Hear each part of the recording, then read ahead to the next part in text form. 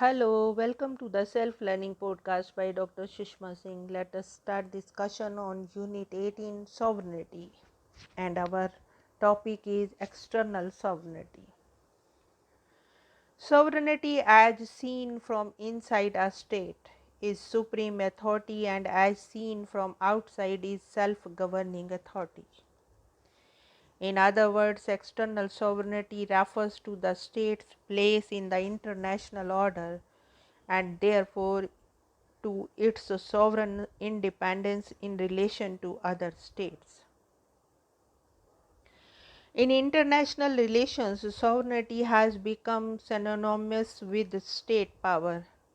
It is useful to conceive of external sovereignty as constitutional independence. The state possesses a constitution, written or unwritten, democratic or otherwise, which makes it independent from other states. State sovereignty, in the sense of constitutional independence, consists of being apart from other similar entities. The moment a state establishes a constitutional link with another state, it loses its sovereignty, for it is contained within a wider scheme. External sovereignty, in other words, implies that there is no higher political authority over the state. The sovereign state has the exclusive jurisdiction over its territory, its occupants, resources, and events that take place there. The practice of sovereignty underlying the contemporary state system is generally traced to the Peace of Westphalia, the state of treaties that marked the end of 30-year war in 1648. While this is a gross oversimplification of a complicated process that developed over centuries. However, by the 17th century, some of the features of the state system had solidified. In two broad respects, the system of sovereign states triumphed at Westphalia. First, states emerged as virtually the sole from the constitutional authority in Europe. Secondly, it brought to an end intervention in matters of religion, up to then the most commonly practiced abridgment of sovereign prerogatives. The principle of exclusive jurisdiction over people and resources within its territory has been codified by many agreements and treaties. The Charter of United Nations, for instance, incorporated the principle of territorial integrity and political independence in Article 2.4. Thus, members shall refrain in their international relations from the treat or use of force against the territorial integrity or political independence of any state, or in any other manner inconsistent with the purposes of the United Nations. External sovereignty also establishes the basic condition of international relations: anarchy, meaning the absence of a higher authority over the states. There is no rule making and rule enforcing institution in international relations. Anarchy, or the absence of higher political authority above the states, does not necessarily imply chaos or absence of order. In fact, although there is no international government, there exists a rule governed social order in international relations. States, initially free of obligation to one another, have accepted a whole body of formal and informal rules. For instance, international law, rules governing diplomacy and recognition of spheres of influence, etc.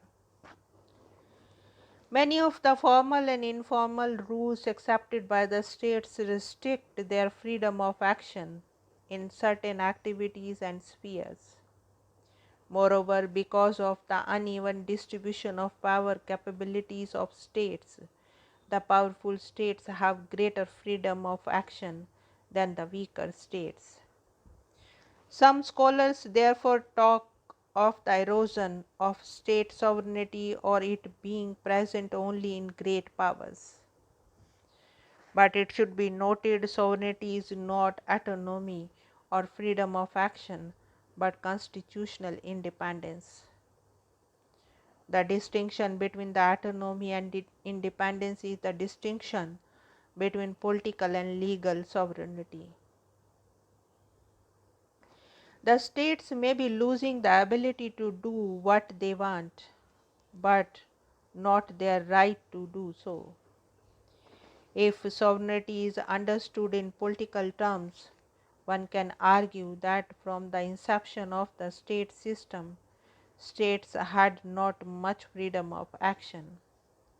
But if sovereignty is understood to mean the basic organizing principles of international relations, that is, an order structured around the sovereign states, then nothing much has changed. International commitments that place restrictions on states' domestic policies are those that have been voluntarily accepted by states as sovereign entities. In contemporary international relations, the most basic norms, principles, and the practices continue to rest on state sovereignty. While the principle of external sovereignty is widely recognized and enshrined as a basic principle of international law, it is not without its critics. There are those who draw our attention to the sinister implications of granting each state exclusive jurisdiction over its own territory, people, and resources. Human rights advocacy groups, for instance, provide abundant evidence of state capacity to abuse, terrorize, and even exterminate their own population and argue for intervention in states. They insist that states should conform to a higher set of moral principles, usually expressed in the doctrine of human rights. Attempts have been made to embody such principles in international law, notably in the United Nations Declaration of Human Rights. Then there are those critics who suggest that the classical argument for sovereignty should go beyond national sovereignty. Thinkers such as Bodin and Hobbes emphasized that sovereignty was the only alternative to disorder, chaos, and anarchy. Yet, this is precisely what a rigorous application of the principle of national sovereignty would turn international politics into. Just as the absence of an internal sovereign leads to brutality and injustice in interpersonal and intra-societal relations, so does the absence of a supreme international authority leads to illegal interventions by powerful states and disputes and armed conflict between the states. In this way, the classical doctrine of sovereignty can be turned into an argument for world government. Now let us conclude the unit. Sovereignty is a contentious concept in domestic and international relations. As we saw, the concept developed as an instrument for the assertion of royal authority over federal lords in the construction of modern territorial states. Political thinkers from Machiavelli to Rousseau believed that instability and disorder were obstacles to a stable society and could only be overcome by viable governments that could firmly establish sovereignty over territory and population. While political thinkers differed on the location of sovereignty and therefore the form of government, they were united in believing that only a determinate authority had the capacity to maintain order. The concept of sovereignty was then integrated by theories of international relations through a set of ideas that evolved over a period of time, but got established at Westphalia, that ended the moral authority of the Church over secular rules. Though external sovereignty has undergone major changes as a result of the international commitments made by the sovereign states as well as because of growing interdependence of states, the basic international norms, principles, and practices continue to rest on state sovereignty, that is, constitutional independence of states. Now let us wind up the session, and we have come to the end of the unit. Thank you very much for engaging yourself with the self-learning podcast.